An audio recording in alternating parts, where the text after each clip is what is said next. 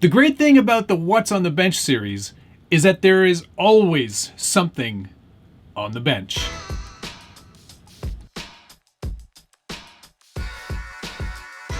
Welcome back to the Welcome back to the Scale Builders Guild. Thanks again for watching. It's What's on the Bench. This is my favorite show. If you're not familiar with this show, it's where I take you through all the builds that I'm working on. Some are works in progress, some are complete, some are near completion, and some are literally just getting started. This is going to be a very awesome episode. Let's just jump in. The first truck on the bench today is this 6x6 Cherokee. It's almost done. I am so super excited about this truck. This, if you've been following along, this truck was built originally by Pardon My Noob, Turks and Jerps on Instagram, big member of the Scale Builders Guild, my business partner in that whole thing, and an all-around wonderful person. He constructed this thing out of two of the hard body Cherokee bodies you can get on eBay. We got ours through JS Scale. I will be sure to put a link down below because JS Scale is amazing and those guys do some incredible trucks, definitely worthy of some of your time spent on the internet this week. Go check out their website. Richard put these two bodies together to create this one-of-a-kind 6x6 XJ. Not something you see every day, that's for sure. And I'm just really excited that it's nearly finished. I've spent a lot of time on the paint and the detail work and making this chassis work with this thing. This started out as an axial UMG 6x6. You know, Lexan body and a very cool one at that.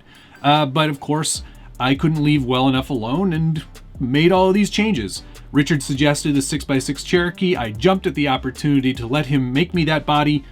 He sent it to me in primer. It is painted. I used Toyota automotive paint, obviously, to paint a Jeep. I did find an example online that was sort of that color that I wanted to sort of replicate here. So lots of detail work went into that. Used some black vinyl here to create this sort of lower stripe down here, which I thought was a nice sort of addition. The axles are not stock SCX-10 AR44s. These are AR44 RTR axles that have been converted to portals. And those were converted by Beef Tubes. Beef Tubes did a lot of R&D to make this work. It wasn't a cheap conversion, but something that I definitely wanted to do because, you know, when I get tired of this 6x6 Cherokee that doesn't even fit in the frame, as you can see there, I can put something that has portals on it. One of the other things that I had to do that wouldn't normally be a thing on a truck like this is I had to make the rear windows. There is no window big enough for this thing. It's not something stock, so I just used some nice 040 Lexan that I had in my collection, and it is really great because it stays nice and firm. It doesn't get all bendy, and you can see in like a thinner Lexan it would be all like curved throughout there, but it's a nice straight piece. Also talks to the incredible body quality of Richard's work. So another nice little thing there. Lots of badges here. I had these in my collection. I got them directly from JS Scale, so if you need Cherokee badges, you can get them at JS Scale. Another great plug for them. There is some interior in there, just enough to get by. I used the back tray from the UMG 6x6 to kind of keep a decent looking SUV interior in the back there. And then I used R3 Designs 3D printed elements to complete the front interior pieces. The doors are in there, the dashboard, steering wheel, and rear door cards are in there as well. No back seats, no floor. Just a very simple one because, to be fair, I didn't want to mess with the transmission location. I just wanted to kind of keep the driveline as stock as possible. One of the more interesting things on this build that I'm pretty keen on are these metal sliders. And these metal sliders are from Scale Metal Supplies. Scale Metal Supplies supplies metal to the scale industry. Yes, what Scale Metal Supplies offers is a bunch of parts where you can either get raw metal and do all your own brazing, cutting, etc. They also offer these really cool tab sheets, which here's one of them here. These metal tabs are very handy when you're doing any kind of fabricating, and they're all laser cut, so they're very accurate. You just pop them out of this extra piece of metal here, and then you can use that other metal for making more tabs if you need to. And he also offers some DIY kits, so you can actually make your own sliders at home from some pre-cut lengths and already pre-bent. You just have to braze them up and attach them to the chassis. Really super easy, really great stuff to work with, but it brazes up really nicely and gives you a really nice custom look to the finish of your truck. Some other points to mention: CC hand Jeep Cherokee XJ wheels, which I thought looked awesome on here. Yes, I bought 2 packs of 4, so now I've got 8 wheels. I guess I could maybe do like some kind of spare carrier and have 2 on the back. That might be kind of neat. Maybe I'll do that. Post in the comments if you think I should. Also tinted all the windows all around with automotive tint, and did some nice detail work and made my own little 6x6 license plate on the back there using the Element RC license plate kit. And yeah, there you go. 6x6 Cherokee, because those are common. You're probably wondering how I've mounted this body. Well, because I'm using the UMG 6x6 rear bed, that's actually mounted to the actual rear part of the body, and it's still hinged like it is on the actual truck. So I reused the pins from the UMG 6x6 mounting kit underneath here, so that actually hinges right up like that, which is super handy. Printed my own inner fenders, and it just clips back in place really super easily, which is really handy. I can just put a couple of body clips underneath there hidden, and then it's nice and firmly attached. I like this one. I like this one a lot. My thanks to Richard for doing up this body for me. That was really cool of you. You are a very cool man, so thanks for doing that. My only thing, I think, of course, obviously I still have to paint these sliders. They're just raw, just brazed them today, actually. The last thing I really want to try to do, and find anyway, or maybe have someone make up some for me, are get rid of these 4x4 badges. Shouldn't be a 4x4 badge on there, it should be a 6x6. Anyway, very cool build. Can't wait to get it outside, do some running video with it. I think it's pretty unique, and I think it'll get a lot of attention. On to the next build. Next on the bench is this TRX4. And you're like, hold on, I'm confused. Isn't this one done? And isn't this body potentially going to be on the giveaway truck? What is going on? Well, this is my sort of TRX4 test bed truck. Originally, I think it even became the budget build truck. So it's had a lot of lives already. But now, what's on here is the super scale crawling active suspension system. And this thing is awesome. It is so cool. I am putting a link down below because if you are into realistic suspension travel and movement, this is the best way to get it. Let me show you how it works. Tell me that isn't the coolest thing you've ever seen. The whole suspension travel is controlled by 4 servos. So you can actually see there's movement built into the system. It's all used through an Arduino controller.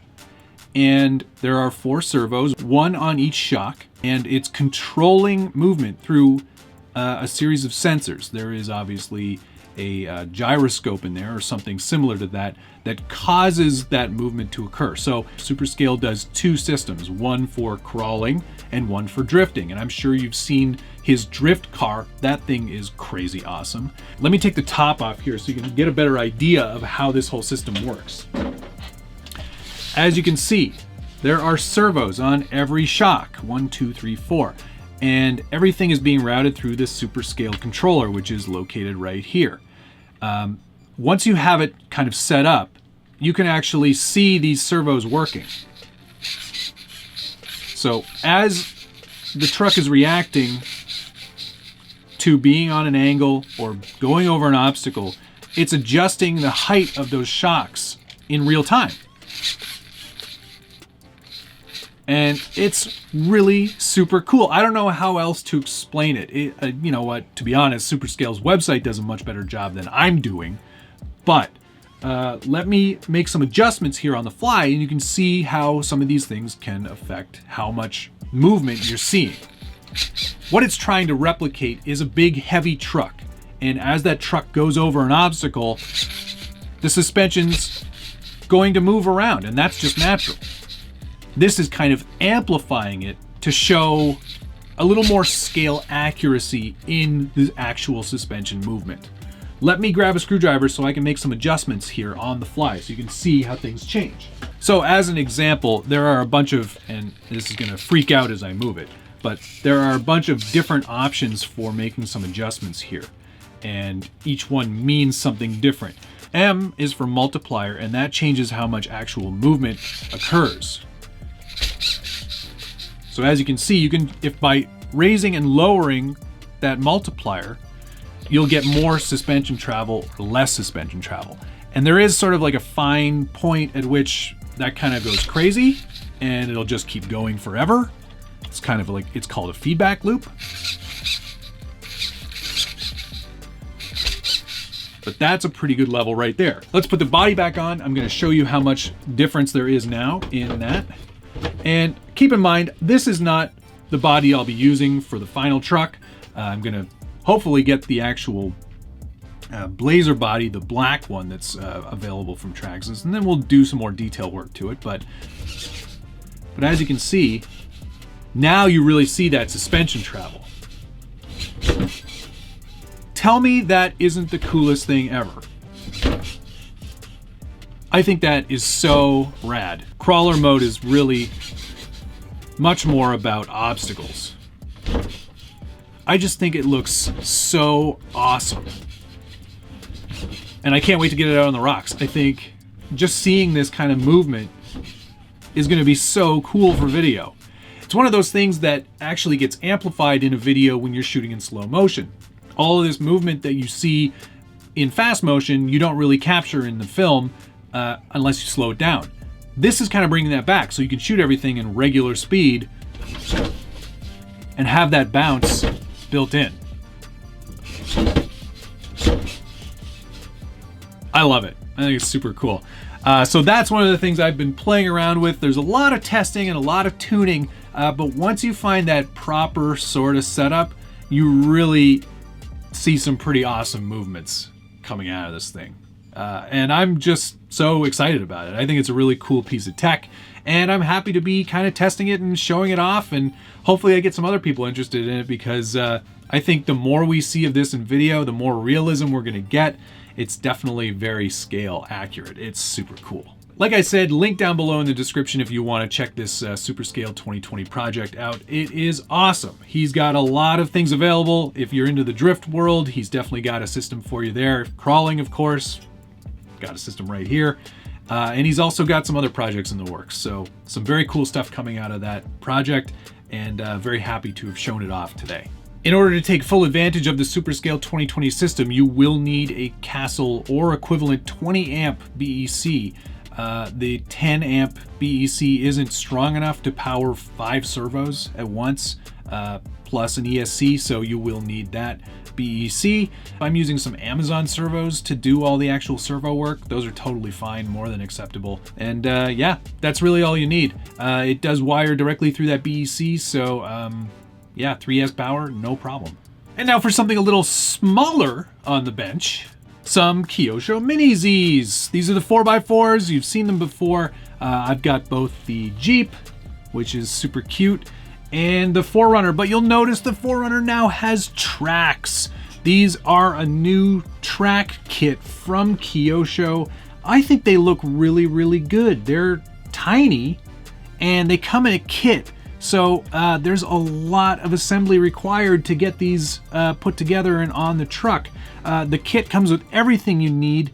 I figure about 20 minutes to assemble the actual track part, and then another 20 minutes or so to assemble the actual mechanism to make the tracks work. But they look awesome on there, and I think they're really super cool. They do come with some rubber grommets. You can actually put some high traction pins in these little holes here if you want, or you can put these rubber grommets. And I like the rubber ones better. I think the traction will be a little bit better on smoother surfaces. This is more of just like sort of a option part. It's not really an upgrade, certainly not an upgrade in terms of the amount of traction, but for snow or for some other adventures outside, I think they're pretty cool. They look really awesome on the 4Runner in my opinion, and you know, the Jeep would probably look really good with them as well. There are some other upgrades on the Jeep though, and this was done in a previous video. Kyosho offers a bunch of metal link upgrades. These are aluminum, and there's also brass weights on every wheel, so it definitely improves performance. When I was speaking to the guys at Kyosho about possible further upgrades, I suggested maybe some sort of shock lowering kit so these didn't sit so high up, maybe with a little bit more realistic suspension travel so they weren't so bouncy.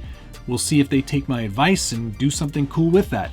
Just another cool option from Kyosho. Kyosho's always known for doing things a little bit out of the box and a little bit different, and these tracks are definitely part of that line. I'm pretty jazzed on how they look. I think with these really realistic bodies, it's just nice to have a couple of options out there, including some option parts. So thank you, Kyosho, for sending those along.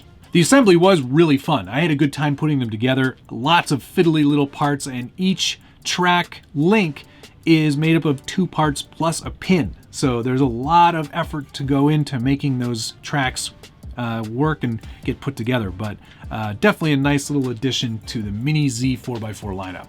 And finally today on What's on the Bench, a new project for myself, because of course I need another project like I need a hole in my head.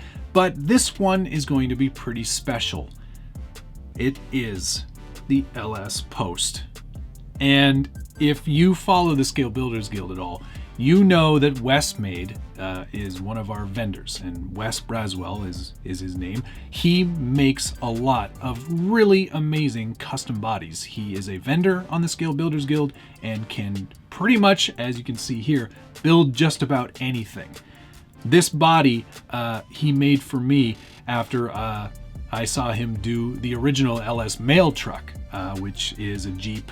This is basically the exact same Jeep, just a Canadianized version of it. When I received this, I wasn't expecting a fully completed painted body like you see here. I was expecting a primer body that I was going to be building myself and painting myself and detailing myself, but no. Wes went way above and beyond and did this absolutely incredible job on this body. This is handmade out of styrene. Wes uses a lot of really awesome techniques. Vacuum forming is one of them. So this hood, you can see, has got a lot of detail in it and some pretty complex shapes. It's vacuum formed from a piece of wood that he's carved into that shape, which is amazing. If you are familiar with the full-size off-road world, there is an LS mail truck just like this one, painted in the proper US Postal Service livery, which is a full-size crawler. It's outrageous. I can't put into words how amazing the bodywork is. I've been known to do a couple of scratch builds in my day. Nothing to this extreme. This is a whole other level of art. There's no better word for it. It's art. It's all styrene. There is a metal roll cage on the inside of the truck, which came from Scale Metal Supplies. So Wes also uses Scale Metal Supplies in a lot of his builds. There is a full interior. There are 5-point racing belts on the seats. I think even the seats are 3D printed. There is so much cool work going on in this truck, and there's a lot of real nice, cool nods to the Canadian origins of, well, myself. The Canada Post logo on all the panels. There's a Scale Builders Guild battery cover there with some Canadian maple leafs on there. Gonna send it, eh? It's just awesome. It's all wired with lights as well and ready to go to be put on a VS410 Pro chassis, which I've got waiting for this build. I actually thought there was going to be a lot more to do, paint and detail and put all the interior bits in and everything, but no, Wes sent it to me as you see it, which is just amazing. I cannot thank Wes enough for providing me with such an amazing project. This is going to be really, really great. Yeah, I'm honestly, I'm pretty speechless about this truck. But yeah, I'm pretty blown away. He's even got some formed metal here on the top to sort of represent hood louvers, which is awesome as well. It's just really, really spectacular, the amount of effort that went into this, and I'm gonna have to make sure I do a build that's worthy of this body. I think this is going to be one of those builds that stays in the collection forever, because there is nothing else like this out there. Wes did an amazing job. If you're interested in getting Wes to do a build, the best way is to contact him through the forum. I will put a link down below to his vendor page, and you can check out all the awesome stuff that he does on his Instagram, which I will also put down below. You can check it out there. Yeah, I don't know what else to say. It's awesome. The detail and the finish, like the finish work, even the underside, it's just awesome. It's not like it's all like kludged together. It's really, really nicely put together. You can tell that it's vacuum formed because the contours like of the hood on the inside are the same. Yeah, it's just incredible. The amount of effort that went into this is ridiculous. It's been a long time since I've seen a body of this quality, and I cannot wait to send it. Yes, I will build it, it will get driven, it will not be a shelf queen, Wes. I promise you that. So there you go. Another amazing build on the bench. I cannot wait to show you more of this one. I think it might deserve its own series. If you think that's the case, put a comment down below. You know I love reading through your feedback, and I try to answer as many of those comments as I can. And if you're enjoying this video and you want to see more like it, hit the like button, subscribe if you haven't already, and ring that notification bell so you get updates anytime there's a new video from the Scale Builders Guild. This one is going to keep me busy for a while, I can feel it, but I would love to have it done by the springtime so I can actually take it outside and have some fun with it, shoot some video. I think it's gonna look awesome out on the trails. There you go. I think that's gonna do it for this episode of What's on the Bench. A lot of trucks covered, a lot more projects to come, of course. Hope you'll stay tuned for those. Thank you so much for watching.